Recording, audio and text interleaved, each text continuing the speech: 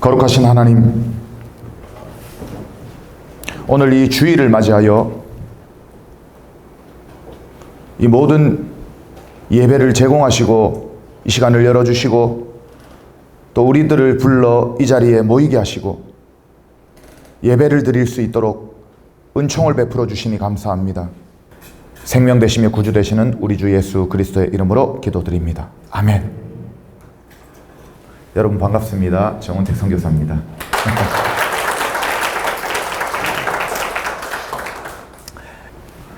예수님 진짜 믿으십니까? 예수님 어디 계십니까?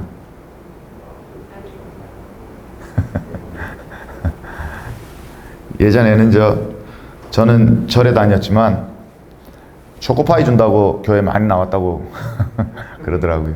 요즘 뭐 초코파이도 안 주는데 예수님을 진짜 믿으면요 모든 게 바뀌어버립니다.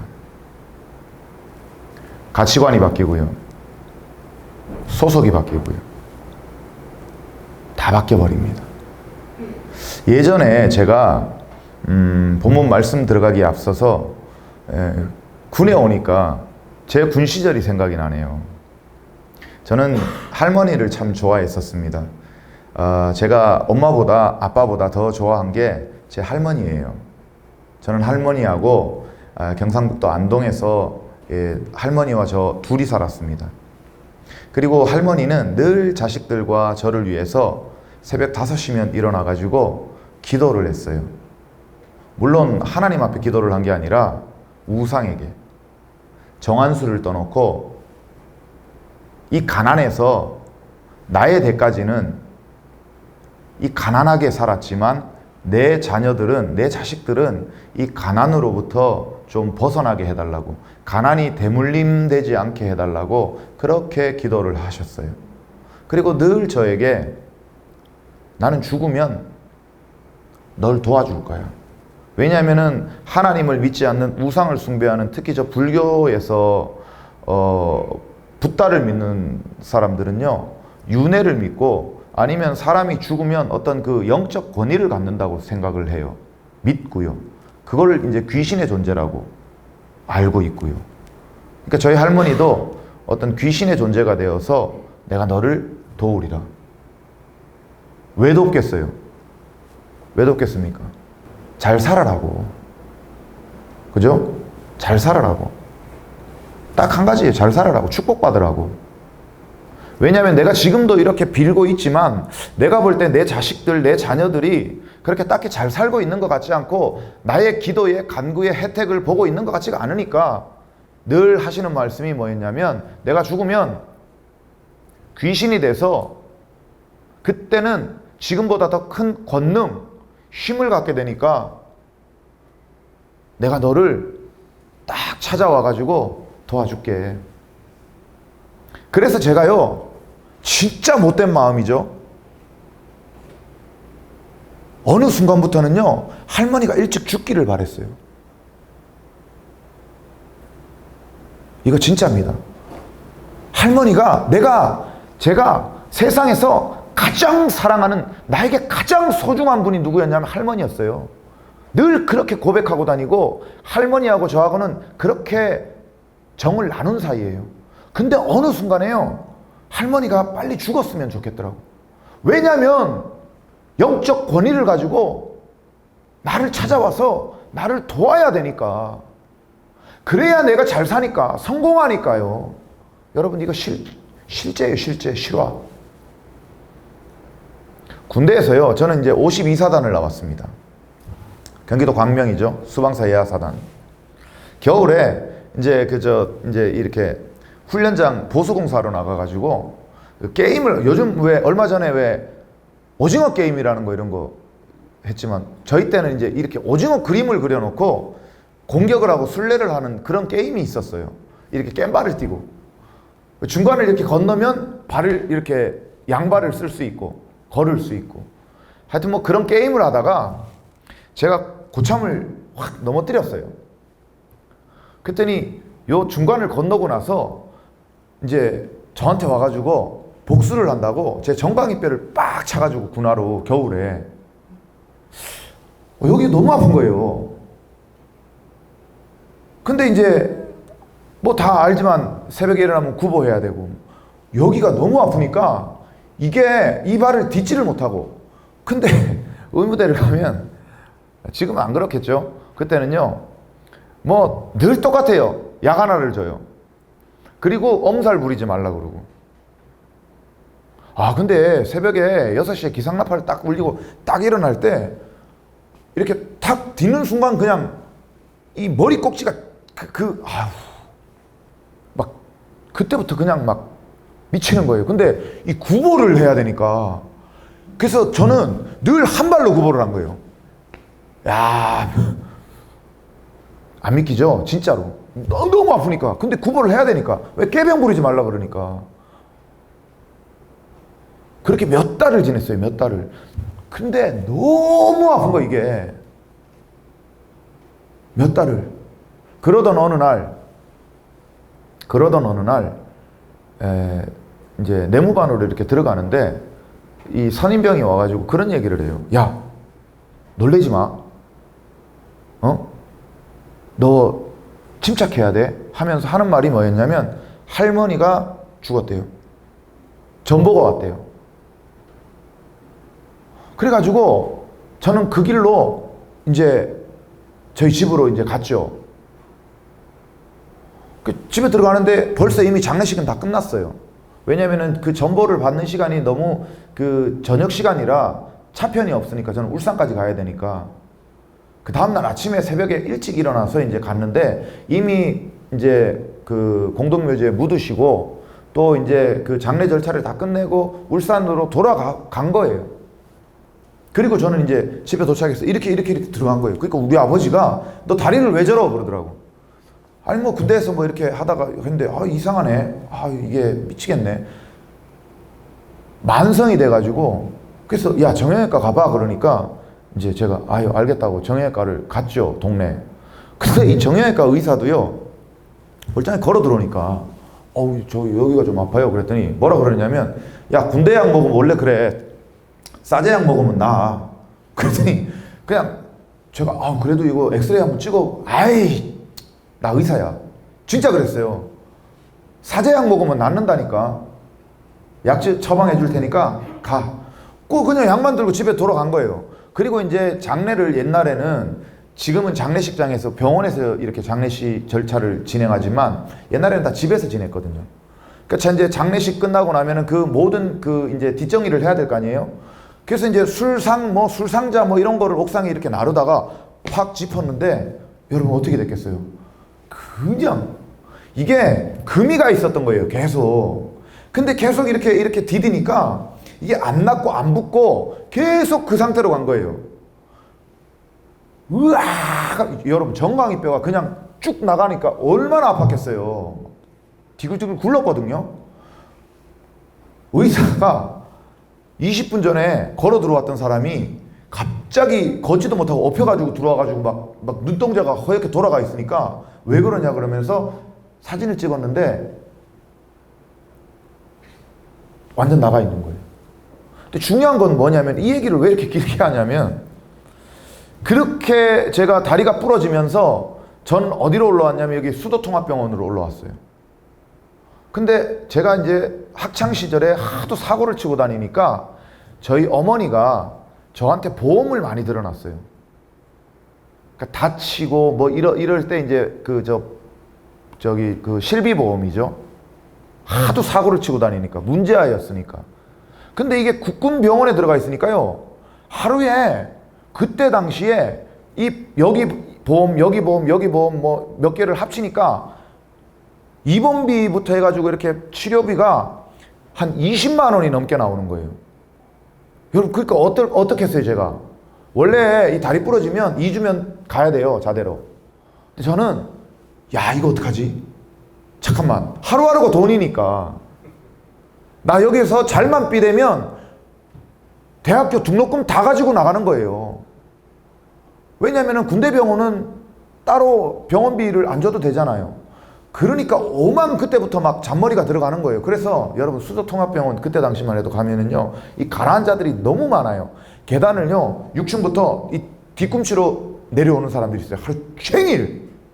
그렇게 차라리 훈련을 받지. 근데 저도 이제 그 무리에 합류를 한 거예요. 들어가가지고, 왜냐면 허리를 절단을 내야 의가사로 나가니까. 그러니까 이 사람들은 오직 의가사로 나가는 그 목적 하나밖에 없는 거예요. 거기 다 그 환자들만 모여 있어요, 진짜로. 뒤꿈치로 계단을 내려오는 거예요, 계단을. 이러고. 망가뜨리는 거죠. 이거 뭐 또 예? 이것도, 하여튼 뭐, 그런 과정 가운데 저도 이렇게 저렇게 장깨를 굴린 거예요. 이거 어떻게 하면 자대를 늦게 갈까? 여기에 좀 더 있을까? 하다가 이제 꾀병을 부린 거예요. 아, 나도 허리가 아프다고. 군대는요, 그때만 하더라도 허리 아프다 그러면 MRI를 찍어야 되는데 기다려야 되거든요. 내 차례가 될 때까지. 그 머리를 딱 굴린 거예요. 그러면서 이제 지방으로 내려갔는데, 지방병원에 내려가서 이제 마산통합병원에서 이제 조금 더 있고, 제 통장에는 이제 사회에서 이제 보험회사에서 이게 차곡차곡 보험료가 쌓여가고 있고, 그리고 이제 의사 군의관한테 이제 이렇게 진단 이렇게 상담을 하러 들어갔어요. 당연히 이제 저는 자대로 돌아가려고 생각을 하고 있었고요. 근데 어머나 세상에, 척추 전방 전이증이라고 저보고 자대에서 자대로 가는 게 아니라 제대하래요. 척추 전방 전이증이라고, 이거는 디스크보다 더 이게 이제 후천적일 수도 있고 선천적일 수도 있는데, 어쨌든 그 허리 디스크를 잡아주는 나사가 풀려버린 거예요. 쉽게 얘기하면. 없는 거예요, 이게. 그러니까 군대에서 수술을 하려면 이거는 너 말뚝 박아야 된대요. 시간이 꽤 걸린다. 그러니까 나가서 사제에서 수술을 받아라. 근데 중요한 거는 허리 운동을 하면 수술을 안 하고도 살아갈 수가 있다. 뭐 어쨌든 제대예요. 저는 그 길로 제대를 했어요. 그리고 학기가 딱 시작되는 그때 타이밍에 제대를 하고 학기를 마치고 대학로로 올라와서 연극을 하는 요 시즌 요 타임 가운데 영화 친구의 오디션을 보게 된 거예요.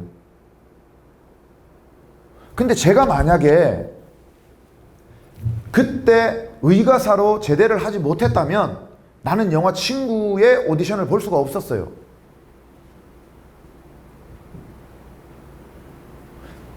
더 기가 막힌 거는요, 제 할머니가 죽었다라는 전보를 받기 이틀인가 전에 제가 꿈을 꿨어요. 어떤 꿈이었냐면, 어마어마하게 큰 황소가 나를 찾아와서 머리를 자꾸 밀어요. 등에 타래요. 제가 그 황소 등에 탔어요. 그랬더니 나를 이렇게 태우고 어디를 가서 나를 내려주냐면, 내가 할머니랑 같이 살던 경상북도 안동군 와룡면 이상리에 있는 시골집 앞마당에 가서 나를 내려줘요. 그래서 저는 거기서 내렸어요. 그리고 이틀 있다가 할머니가 돌아가시고 전보가 오고 집에 갔다가 다리가 부러지고, 그 부러지는 다리 가운데 이렇게 뭉개고 있다가 의가사 제대를 하고 2학기에 맞춰서 타이밍 좋게 돌아와서 연극과를 졸업하고 대학로로 올라와서 연극 한 편을 하면서, 그 연극의 제작사 대표가 영화 친구 제작사의 대표의 친구분이라서 추천을 받아가지고 영화 친구 오디션에 합격을 하고 영화배우로 데뷔를 한 거예요. 기가 막힌 타이밍 아닙니까? 근데 여기에 중심에 제가 뭐를 끼워 맞추겠어요? 할머니. 진짜 할머니가 죽어서, 할머니가 예전에 나에게 다짐했고 나를 도와준다고 그렇게 말했던 그 약속을 지키셨구나. 전 그렇게 생각을 했어요. 진짜로 굳게 믿었어요. 그때부터 할머니를 신으로 모셨어요. 내 할머니가 나와 늘 함께하고 계신다라는. 영화 친구 이 배우가 돼가지고 어느 날 하루아침에 자고 일어났더니 스타가 되어 있어요. 스타가. 여러분들 잘 모르지만 2000년도 초반에는 제가 꽤 유명한 영화 배우였어요. 근데 중요한 건 뭐냐면요, 여러분, 그 시간이 지나갔어요. 그리고 결국에는요, 내가 그렇게 믿고 이제는 죽어 우상이 되어서 내가 붙들었던 그 할머니도 2015년 8월 달에 제가 스스로 자살하려고 그랬거든요. 절망의 바닥을 허우적거릴 때 나를 못 지켜줬어요. 자, 이 얘기를 왜 하느냐? 저는요, 제 할머니가 제가 영화 배우가 되어서 세상 가운데에서 출세하고 성공한 그 중심에 내 할머니가 귀신이 되어서 권능을 부여받게 되고 권능을 지니게 되고 그 권능 가운데에서 눈에 넣어도 아플 것 같지 않던 가장 사랑했던 손자를 가장 최고로 나를 도와줬기 때문에 내가 세상 가운데 성공할 수 있었다고 굳게 믿었었어요.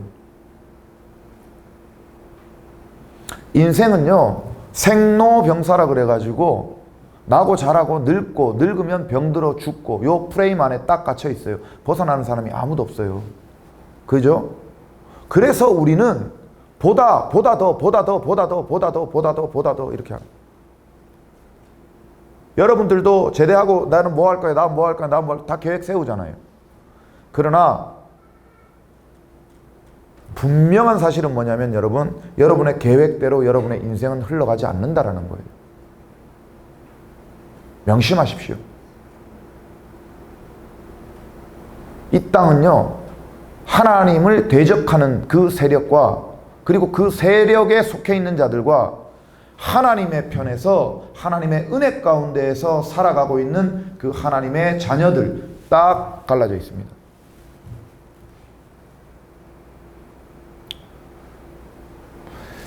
예전에 제가 왜 성공을 하려고 했냐면 인생 한 번밖에 없잖아요. 제 할머니의 기도 제목도 그랬지만 저도 아니 이렇게 이성이 이제 점점 내 가치관의 중심으로 자라가면 자라갈수록 아니 왜 쟤랑 우리 집은 틀려? 그리고 제 인생이랑 내 인생은 왜 틀려? 늘 이게 비교 대상이에요. 아니 난 왜 이렇게 가난하게 살아야 되고 난 왜 이렇게 돈이 없는 집에서 난 왜 이렇게 이런 부모 밑에서 난 왜 이렇게 도움을 못 받고 혜택을 못 받고 난 왜 이렇게 살아가야 돼? 늘 이런 불평과 불만 속에서 성공이 더욱 절실해졌어요, 내 안에서. 그래서 영화 배우가 되었는데 영화 배우로서 사건 사고를 일으키고 세상에 무리를 일으키고 이제는 공인으로서 무리를 일으켰기 때문에 영화 배우로 다시 복귀할 수 없게 되는 상황이 오고 그때는 어떻게 했냐면요, 여자를 잘 만나려고까지 했어요. 그러니까 돈 많은 재벌가의 딸. 그래야 한 번밖에 없는 이 생로병사 이 프레임 안에서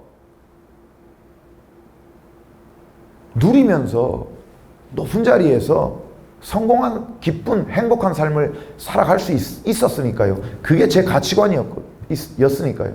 근데 하나님을 만나고 나서 제가 어떤 상황이 왔냐면 정말 부잣집 큰딸이 저하고 동갑이었는데 제가 이제 하나님을 뜨겁게 사랑하는 하나님의 종이 되어서 그 이모님이 저를 알게 됐고 자기 조카를 소개시켜주는 자리가 있었어요. 그래서 이제 선을 보고 나간 자리예요. 세상에 있었을 때 나의 꿈이 이루어지는 겁니다. 지금 재벌가의 큰딸이에요.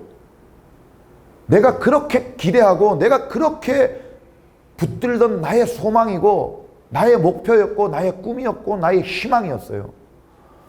딱 그 시간이 와서 이렇게 마주 앉았는데 내 마음에 같이 예배를 드려라.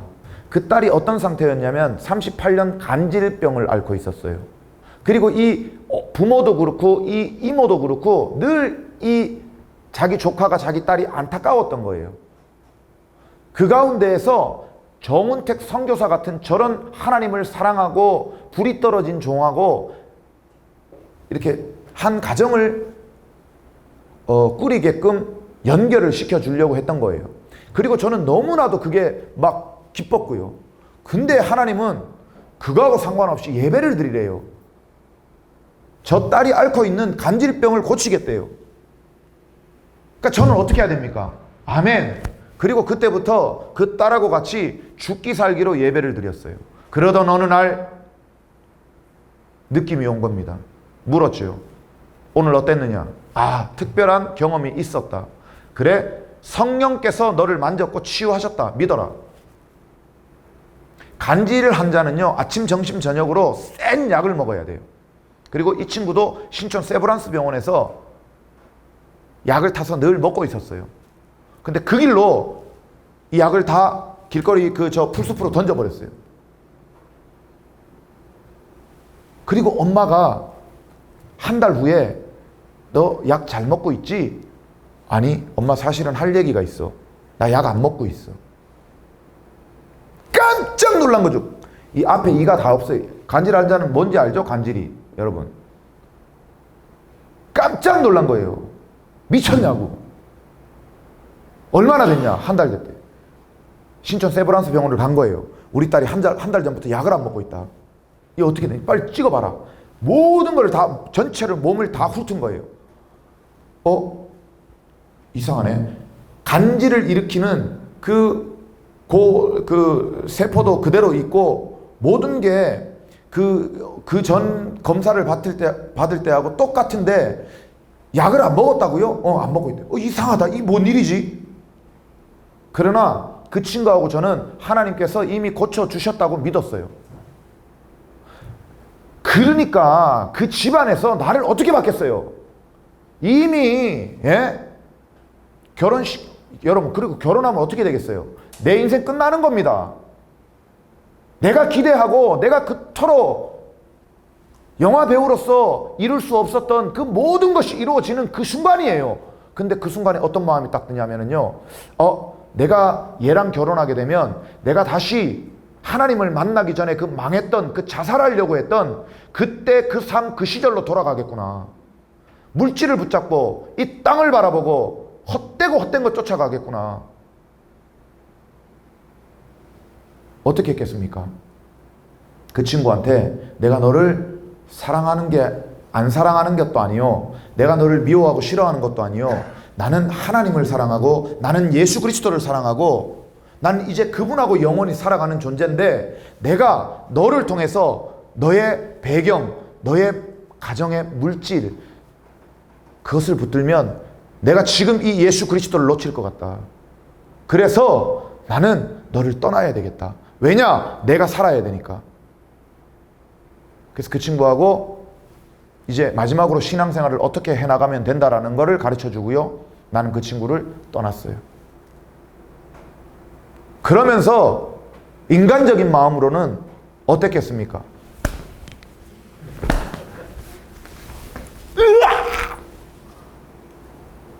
강남에 아파트 한 채가 얼마입니까, 여러분, 지금?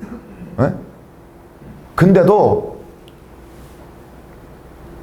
여러분, 저는 지금 후회도 없고 감사해요. 내가 그때 그렇게 분별할 수 있었던, 하나님을 붙들 수 있었던 그 중심에는 하나님이 나를 도왔기 때문입니다. 내가 2008년에 유감스러운 도시라는 영화를 촬영을 했어요. 김상중, 정준호, 정웅인, 저 뭐 이렇게 많이, 한효주라는 배우는 2006년에 또 저하고 같이 했고요. 그때 제가 이렇게 돌이켜보면 제가 하나님을 만나기 전에 가장 사랑했던 친구가 있었어요. 물론 그 친구도 집에 돈이 많았어요. 그리고 이뻤어요. 이거 뭐 퍼펙트죠, 조건적으로. 근데 그 친구하고 결혼을 하려고 했는데 알고 봤더니 한 번의 이혼의 경험이 있었어요. 충격을 받았지만 나의 욕망 가운데 그 모든 것을 내가 감당할 수 있겠더라고요.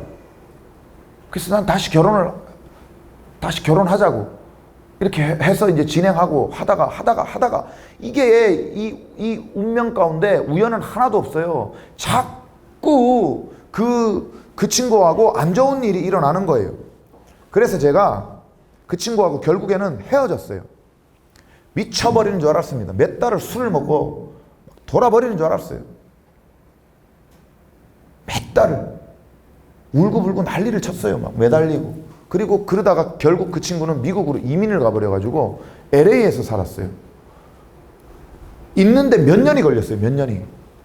근데 여러분, 내가 하나님을 만나고 나서 인생의 가장 밑바닥을 딱 치고 있을 때 그 친구한테 연락이 왔었어요. 그리고 그 친구하고 어느 날 만났어요. 결혼을 하려고 생각을 했었어요. 그리고 제가 정말 사랑했었고 같이 여행도 다니고 했었어요. 여러분, 성적으로 갈 때까지 가봤겠죠? 그죠? 그리고 그 친구를 다시 만났어요. 하나님을 만나고 나서 모든 게 열렸었어요. 그 순간 내 중심에 어떤 게 있었느냐? 하나님, 내가 이 친구를 다시 만났지만 내가 이 친구를 만난 그 한쪽에 너무 기쁨이 있지만 나는 결단코 하나님의 기쁨이 되는 행동만 하지 하나님께 하나님이 싫어하는 죄를 짓지 않겠습니다. 불순종하지 않겠습니다. 그래서 커피 한 잔 딱 하고요. 그 친구를 집에 딱 내려다 주고 전 돌아왔어요. 저는 그렇게 할 수 있는 그런 사람이 아닙니다. 저는요, 세상에서 가장 힘든 음란과 물질을 다 하나님의 테스트 안에서 통과했어요. 근데 중요한 건 그때 와 했죠, 제가. 근데 여러분, 통과하고 나면 끝인 것 같죠? 또 와요. 또 오고, 또 오고. 아브라함이 오늘 마칠 때가 되니까 본문으로 들어가네. 하나님이 아브라함을 찾아갑니다. 저에게도 2015년에 이렇게 하나님이 똑같이 동일하게 역사했어요. 찾아오셨어요. 우리는 하나님을 찾아갈 수가 없습니다. 사도 바울도 사도행전 9장 1절부터 5절에 보면은 사울이었던 사도 바울에게 하나님이 찾아가요. 그전에도 사울은 하나님을 믿는다라고 하는 아주 충성스러운 하나님의 자녀라고 자기는 굳게 믿고 있었는데 하나님이 찾아가서 뭐라 그러느냐면 너 왜 나를 박해하느냐. 누굽니까? 그랬더니 네가 박해하는 예수다. 바울이 뒤집어진 겁니다. 실로암이 사도 바울에게 임한 겁니다. 그 축복이. 여러분에게도 임해야 됩니다. 아브라함에게 임한 그 축복이 저에게도 임했습니다. 떠나라라고 하는 이 떠나라가요, 히브리어로 레크레카입니다. 너의 유익을 위하여 떠나라, 이 뜻이에요. 하나님이 유익한 게 아니라 우리의 유익. 죄 가운데 있으면 지옥으로 가고 죄를 지을 수밖에 없는 그 삶인데, 그렇기 때문에 너희 스스로는 거기서 또 떠날 수도 없어. 왜? 죄에 묶여가지고 죄의 종들이니까. 그래서 내가 간 거야. 그래서 너희를 떠나게끔 해준 거야. 그래서 너희들이 내 자녀로 소속이 바뀌고 가치관이 바뀌고 삶이 바뀌는 너희들한테 그 기쁨을 주고 싶어. 축복을. 이렇게 찾아간 겁니다. 그게 오늘 여러분들한테도 불같이 임해야 합니다. 여러분, 벼랑끝 사역을 합니다. 제가 세상에 몇십 년을 교회 다닌 사람들, 주일학교 교사, 사형리 복음을 전도했던 그 뜨거웠던 분들이 지금 귀신 들려가지고 강씨 손톱보다 더 커지고요. 늘 번개탄을 피우고 자살하려고 그러고요. 수두룩 빽빽입니다. 이게 왜 그런지 아십니까? 머물러 있었거나 아니면 하나님을 만나지 못했는데 만난 걸로 착각을 하고, 소나기에는 옷이 안 젖어요. 피해버리기 때문에. 가랑비에 속옷까지 젖어버립니다. 내가 이게 신앙이 맞나 할 정도로 죄를 팍 지어버리면 양심이 쿡쿡 찌르니까 아는데, 슬슬 사단이 공격해가지고 죄로 땡기면 죄를 짓고 있는지 내가 도대체 하나님을 믿고 있는지 모릅니다. 그 회색 신앙 속에 살아가다가 우는 사자의 밥이 되어버리는 거예요. 아브라함이 저의 출애굽의 여정이잖아요. 아브라함의 일정을 보면은요, 이스라엘 백성들이 애굽에서 출애굽하는 모든 그 구원의 여정이 아브라함의 여정에 들어있고요. 그 여정이 저의 여정에 들어있고요. 그 여정이 사도 바울의 여정에 들어있더라고요.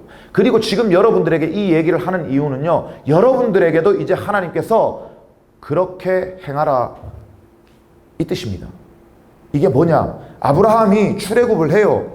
그러나 아브라함이 하나님을 믿고 모든 그 데라가 우상을 숭배해서 우상을 팔아서 먹고 살았던 그 모든 걸 때려 부셔버리지만, 아브라함이 믿고 따라간 게 뭐냐면은요, 유프라테스 강하고 티브리스 강이라는 요 생명줄기, 강줄기. 왜냐면 사람이 물이 없으면 죽거든요. 그러니까 요 강줄기 따라간 거예요. 땅을 바라보고 간 거예요. 그러나 하나님은 아브라함에게 무엇을 보여주고자 했느냐면은요, 하나님의 나라와 영원한 것을 보여주려고 한 겁니다. 너는 내가 네게 복을 주어 복이 되리라. 복이 뭐냐면은요, 브라카라는 히브리어입니다. 샘을 얻다, 물 웅덩이 이 뜻입니다. 성경에서 샘은요, 예수 그리스도를 이야기하는 것입니다. 사마리아 수가성에서 예수님이 그 우물가에서 한 여인을 기다리십니다. 오 주님 채우소서. 아시죠? 대학생들은 잘 모르더라고요, 이 찬양을. 하여튼 네가 지금 그 마시는 우물의 물은 다시 목이 마르려니와 내가 너에게 주는 이 물은 한 번 마시면 영원히 목이 마르지 않은 생명수다. 네 배에서부터 생수의 강이 터져 나올 것이다. 예수 그리스도입니다. 하나님께서 아브라함을 출애굽시켜서요, 죄 가운데에서 떠나라고 한 거는 너의 유익으로, 그 죄 가운데 있으면 망하니까, 불지옥 가니까 떠나라 해가지고 너에게 약속의 땅 가나안 땅으로 내가 이끌리라 한 그 가나안 땅은요, 예수 그리스도입니다. 예수를 주고자 했는데 아브라함은 땅을 바라보고 갔던 겁니다. 창세기 15장에서도요, 이제 하나님의 역사가 슬슬 일어납니다. 횃불 언약을 해요. 쪼개는 거. 십자가. 성경에서 쪼개고 깨지고 박살나고 씻기고 하는 건 모두 십자가입니다. 이제 슬슬 하나님이 얘기를 해주는 거예요. 못 알아듣는 아브라함한테. 육신으로 신앙생활을 시작합니다. 우리가 모두. 그러나 육신에서 시작해서 어디로 가야 되느냐? 영적 신앙생활로 들어가야 됩니다. 내면의 삶. 이제 15장, 17장 딱 들어가면은요, 15장에서 아브라함이 의심 막 하거든요. 하나님이 언약을 해주는데도. 창세기 1장 2절이 하나님을 만나기 전에 모든 인간의 상태고 2015년 8월 달까지의 저의 상태입니다. 땅이 공허하며 어둠이 깊음 위에 있는, 창세기 15장 12절에 하나님이 언약을 하는 그 언약 가운데 아브라함이 의심을 하고 표적을 보여달라 그러니까 12절에 그 상태의 아브라함을 이야기해요. 어둠이 임해버렸대요, 아브라함한테. 17장에서요, 하나님께서 아브라함에게 뭐라고 하시냐면요, 내가 완전하니까 너도 완전해라 라고 딱 요구를 하세요. 근데 인간은 완전할 수 없다라는 것을 아브라함은 이미 알거든요. 그 전에 기근이 왔을 때 광야 가운데에서 아브라함은 모든 하나님의 불순종을 경험했기 때문에요. 엎드려 버립니다. 그 엎드린 하나님이 아브라함에게 이제 너는 아브라함이 아니라 아브라함이라 하리라. 옛사람이 새사람이 되는 겁니다. 사울이 바울이 되는 거예요. 여러분이 진짜 하나님을 만났다면 인격적인 그 관계를 맺어야 되고요. 성령을 받아야 되고요. 그 전에 분명히 회개를 해야 되고요. 그 회개 가운데 여러분들은 새사람이 되는 거고 출애굽의 여정을 살아가야만 합니다. 이스라엘 백성들이 광야로 거쳐서 가나안 땅을 들어갔듯이요, 우리의 믿음의 생활은 이렇게 가야 되는 것입니다. 반드시요. 여러분에게 광야가 없다, 아직 나는 광야의 경험을 못했다, 시작도 안 한 겁니다. 출애굽하지도 않은 거예요. 10가지 재앙을 애굽 땅 안에서 그냥 내가 맛본 거예요, 지금. 반드시 출애굽을 하면요, 고난이 오고요, 기근이 오고요, 나에게 사업이 실패하든 나에게 질병이 찾아오든 나에게 어떤 상황, 환경이 확 몰아닥쳐 옵니다. 모래바람이. 그걸 통과해야 됩니다. 믿음으로. 어떻게 해요? 창세기 22장, 21장인가요? 하나님께서 아브라함에게 마지막 시험 테스트를 딱 해요. 네 아들 이삭이를 바쳐라. 100세에 낳은 아브라함에게는 이삭은 전부예요. 자기 생명보다 더 귀한 이삭을 달래요. 제물로 바쳐래요. 여러분 화목제물 아시죠? 쪼개버리고 각두고 태워버리는 거. 정말 잔인한 거예요. 아브라함이 침묵을 하고요, 3일 길이거든요. 아브라함이 있는 곳에서 모리아산까지, 번제단까지 3일 길, 십자가입니다. 예수 그리스도 죽음과 부활. 이 길을 딱 가서 잡으려고 하니까 하나님이 테스트를 딱 끝내요. 아브라함아, 내가 더 이상 너에게 이제 시험하지 않겠다. 너는 나의 벗이다. 연합이거든요. 이게 어디서 이루어지냐면요, 제 안에서, 여러분 안에서 이루어집니다. 창세기 15장 17장부터 하나님이 아브라함에게 십자가를 보여주거든요. 그 전에 아브라함 십자가를 몰라요. 예수 그리스도를 모른다고요. 여러분의 신앙생활도 만약에 거듭났지만 성령 받았지만 어린아이의 신앙에 머물러 있다면 여러분은 출발해야 됩니다. 나아가야 돼요. 어디로? 예수 그리스도께로. 하나님이 아브라함을 찾아왔지만 그 갈대아 우르에 머물러 있었다면 아브라함은 결코 아브라함이 될 수가 없었습니다. 사울이 다메섹으로 가다가 예수를 만나지 않았다면 결코 바울이 될 수가 없었어요. 시몬이었던 베드로가 예수님이 가서 나를 따르라 했을 때 따르고 나중에 십자가를 통과하고 베드로가 피터가 게바가 되는 겁니다. 저도 왜 그런 시절이 없었겠나요? 제가 복음의 전도자로 이 자리에 서 있지만 하나님은 우리에게 찾아오신 이유가 딱 하나입니다. 내가 주인 되어 사는 삶 가운데에서 이제 하나님께서 주인 되어 주시고자. 근데 그 과정 가운데에는 반드시 광야를 거쳐야 됩니다. 저도요 6년 이상을 지금도 저는 훈련을 받고 있습니다. 반드시. 그리고 그 훈련 가운데 통과하면 통과할수록 내 안에는 예수 그리스도의 완전한 그 생명이 넘쳐납니다. 저는요 옛날에 제가 조금 전에 간증을 했지만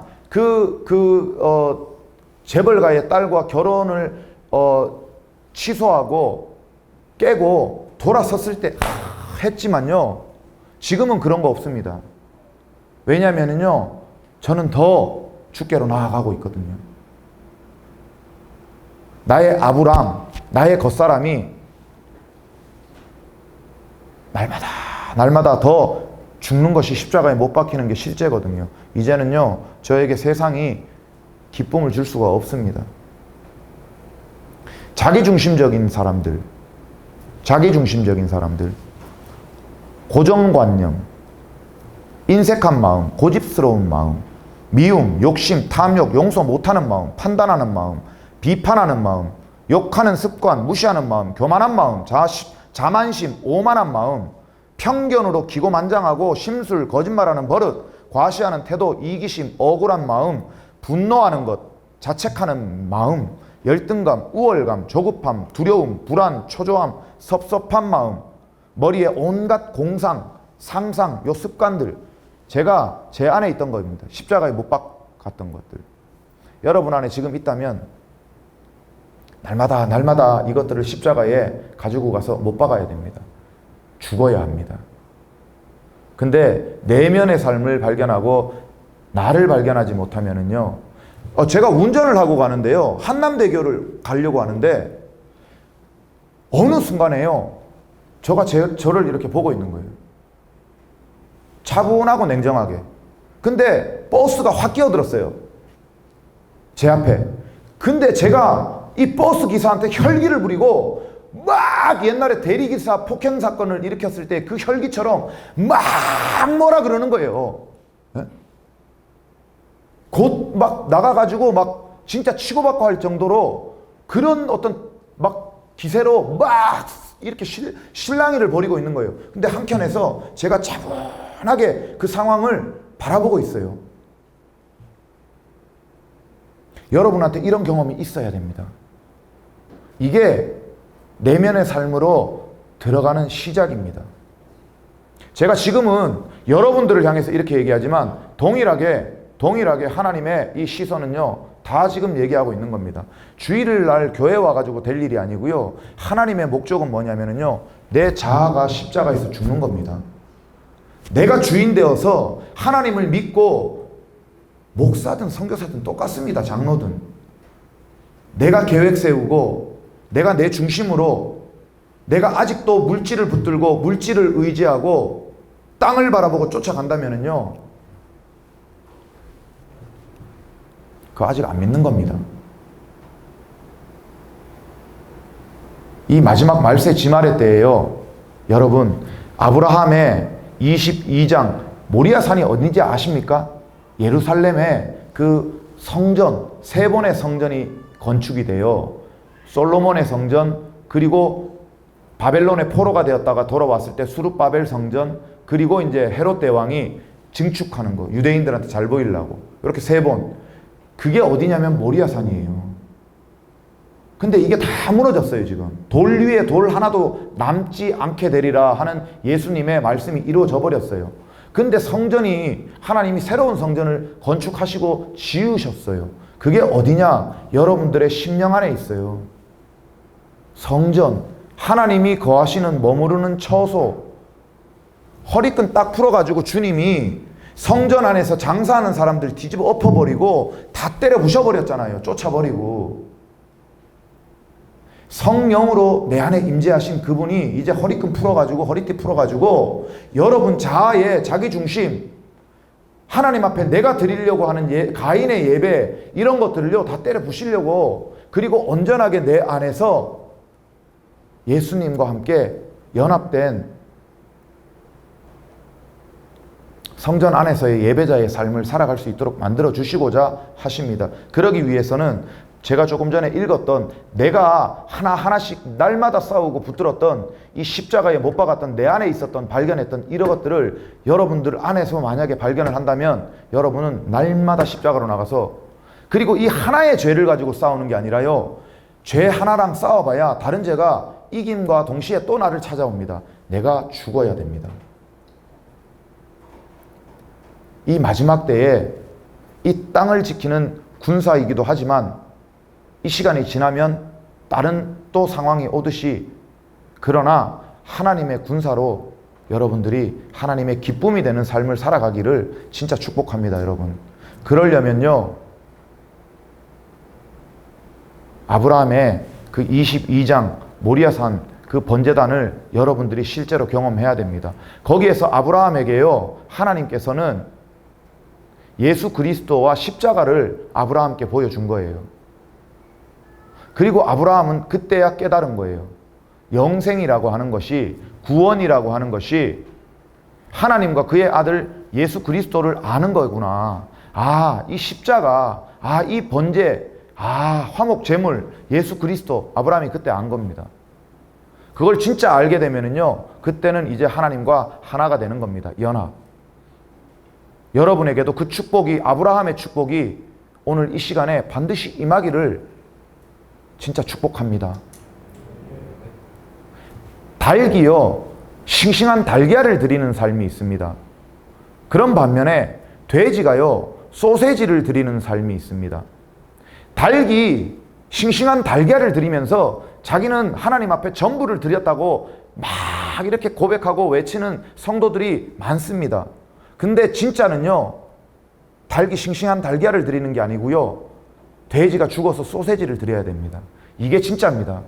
여러분이 죽고 내가 예수와 함께 죽고 예수와 함께 살 때, 예수께서 내 안에서 진짜 주인이 된 갈라디아 2장 20절의 삶이 될 때, 여러분은요, 지금 이 땅에서가 아니라 영원히 이제 여러분과 하나님의 사랑이, 관계가 맺어질 뿐만 아니라 그 사랑을 끊을 자는 아무도 없고요, 그 사랑 가운데 이 땅에서 사단이 여러분들한테 아무리 귀한 거, 아무리 기쁨을 유혹하고 주고 현혹시켜도 여러분들은 거기에 눈 하나 깜짝하지 않고 넘어가지 않습니다. 이것이 하나님이 이 마지막 말세 지말의 때에 여러분과 저에게 원하는 하나님의 목적이십니다. 우리를 찾아오신 목적이요, 하나님의 자녀를 뺏기지 않기 위해서 하나님이 계획하시고 세우신 그 뜻, 그것이 바로 이것입니다. 오늘 이 출애굽의 모든 것이 일어나기를 예수님 이름으로 축복합니다. 기도하고 마치겠습니다. 거룩하신 하나님, 오늘 이 시간 다시 한번 열심히 최선을 다해서 내가 만난 예수 그리스도, 그리고 예수 그리스도를 만나기 이전의 삶과 예수 그리스도를 만나고 난 이후의 삶, 비포 애프터에 대해서, 그리고 또 예수와 동행하는 삶 가운데 나의 모든 출애굽 여정 가운데 하나님이 나를 통해서, 아브라함을 통해서, 그리고 또 이스라엘 백성들을 통해서 이루시고자 했던 그 하나님의 목적을 최선을 다해서 간증하고 선포하였습니다. 이제 이 시간 이 자리에서 성령께서 오순절 마가의 다락방 그곳에 임재하심과 같이 고넬료의 집에 임재하신 그 성령이 동일하게 역사하시고 은총을 베푸시어 우리 모두를 만지시어 아브라함의 이 축복이, 이 은총이 하나님 우리 심령에 모두 실제가 되게 역사하여 주시옵소서. 이제 우리 모두가 진짜 하나님을 바라보고 주님을 바라보고 십자가를 붙들고 성령을 의지하고 이제로부터 영원히 살아가는 그 하나님의 자녀의 축복된 삶을 살아갈 수 있도록 하나님 우리들을 붙들어 주시옵소서. 생명 되시며 구주 되시는 우리 주 예수 그리스도의 이름으로 기도드립니다. 아멘. 하나님 감사합니다.